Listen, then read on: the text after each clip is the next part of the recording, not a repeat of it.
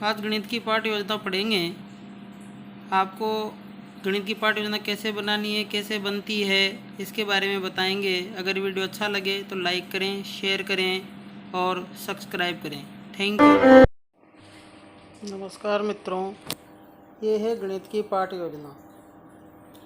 देखो, इसमें पहले जो दिया हुआ है वो है श्याम पट्ट की पूर्तियाँ, जहाँ दिनांक है, पाठ का क्रमांक है, कक्षा है, अनुभाग, ये सब चीज़ें लिखी हुई है। अब यहाँ पर प्रकरण भरा हुआ है, दिनांक भरी हुई है और पाठ का क्रमांक भरा हुआ है, बाकी चीज़ें खाली है। आपको सब लिखना है। जैसे दिनांक भी आपको लिखनी है, दिनांक ये लिखना पड़ेगा, समयावधि, इकाई।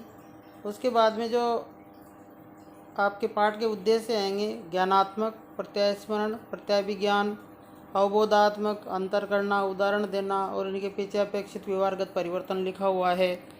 ऐसे कैसे आपको लिखना है पाठ के अकॉर्डिंग। जैसे व्रत का है तो यहाँ व्रत से संबंधित लिखा हुआ है, आपको दूसरा कोई त्रिभुज से संबंधित है तो वो आपको लिख देंगे। उसके बाद में आगे चलते हैं। ये आपके उद्देश्य चल रहे हैं, ज्ञानोपयोग है, कौशल है, अभिरुचि है, ये सब चीज़ें हम लिखते हैं और क्लासों में भी आप पढ़ते हैं। ज्ञानोपयोग में दैनिक जीवन में उपयोग, उच्च कक्षा में आगे जाके क्या करेगा, कौशल किस चीज़ का विकसित होगा, अभिरुचि, ये सब चीज़ें आपको लिखनी है उद्देश्यों में। उसके बाद में देखो, आपका आता है पूर्व ज्ञान, यानी कि विद्यार्थी वृत्त से संबंधित, क्षेत्रफल से संबंधित सामान्य जानकारी रखते हैं। तो आप बार बार संबंधित न लिखें, केवल एक चीज़ लिख दें, विद्यार्थी वृत्तों के बारे में सामान्य जानकारी रखता है। उसके बाद में प्रस्तावना, जो प्रश्न है, ये 5 प्रश्न यहाँ दिए हुए हैं। छात्र अध्यापक प्रश्न करेगा और छात्र उत्तर देगा। उसके बाद देखो, ये जो प्रश्न है, जरूरी नहीं कि आप प्रश्न किसी उदाहरण से कर सकते हैं या अन्य कोई चार्ट मॉडल दिखाकर कर सकते हैं, ये ज़रूरी नहीं है प्रश्न ही हो।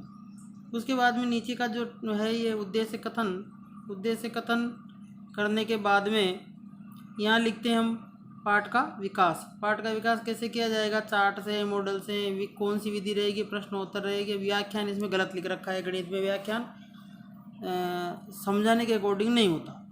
व्याख्यान तो किसी अब व्रत पे बोलना है तो व्याख्यान कर सकते हैं, नहीं तो व्याख्यान विधि नहीं लिखें। उसके बाद में आगे का जो प्रोसेस है वो है शिक्षण बिंदु। यहाँ पे इन्होंने विकासात्मक प्रश्न कर रखे हैं।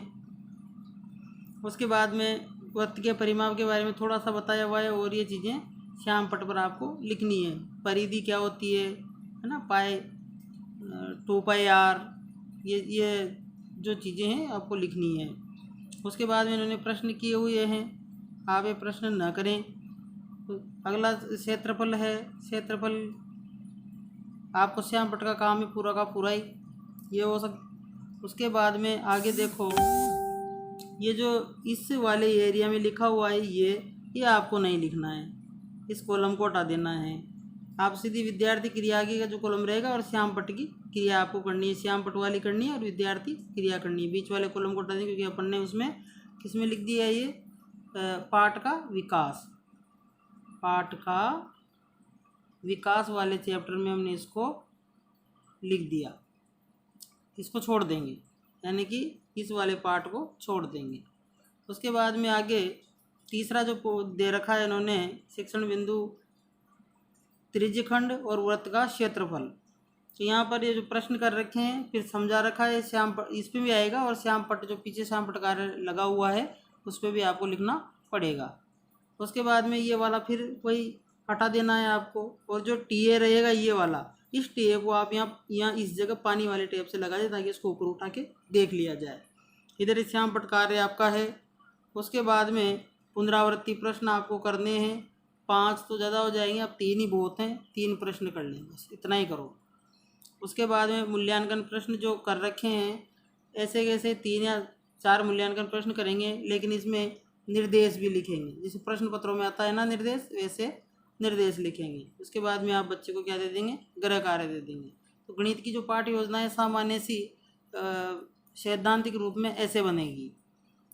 उसके बाद में जो गणित का पैटर्न एक और होता है वो भी मैं आपको बता दूंगा नेक्स्ट वीडियो में।